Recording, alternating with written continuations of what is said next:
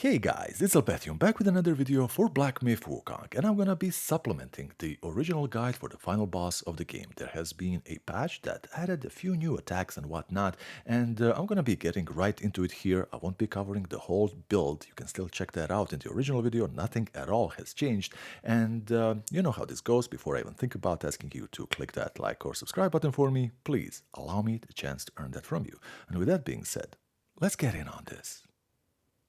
And this is how we're gonna go on about this. Now we're gonna be charging up the 4 focus points here on this little island before we even engage in the boss fight, so that we can just start it by dishing out massive damage. Now remember, you have to beat Erlang and also have all 5 pieces of armor from Wukong.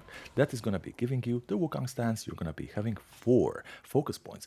Now what you're gonna be doing is quite literally rinse and repeat. You're gonna be running about, charging this up every time, letting him have it, and that's quite literally going to be the phase 1.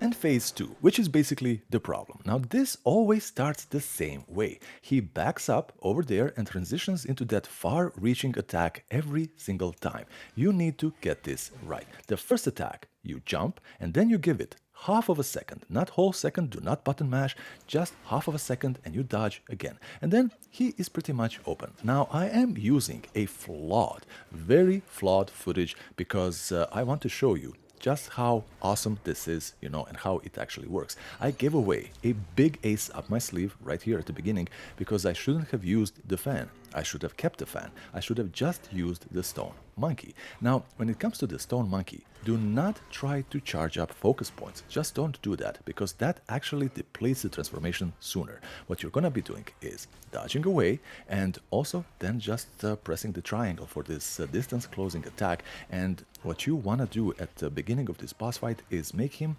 engage with his own ring of fire. You do not want to use your pluck of many before he does this move. Otherwise, it's basically a waste of time.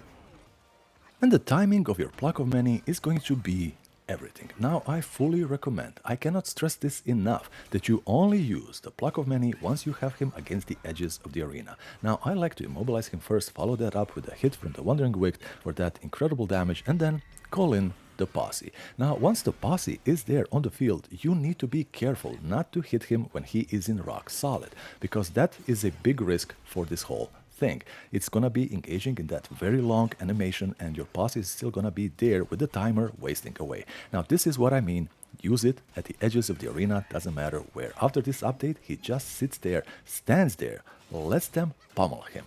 Now obviously you're gonna be hitting him with everything you got. Remember, you have your focus points probably charged at this point, and whatever attack, new attack, old attack, it doesn't matter.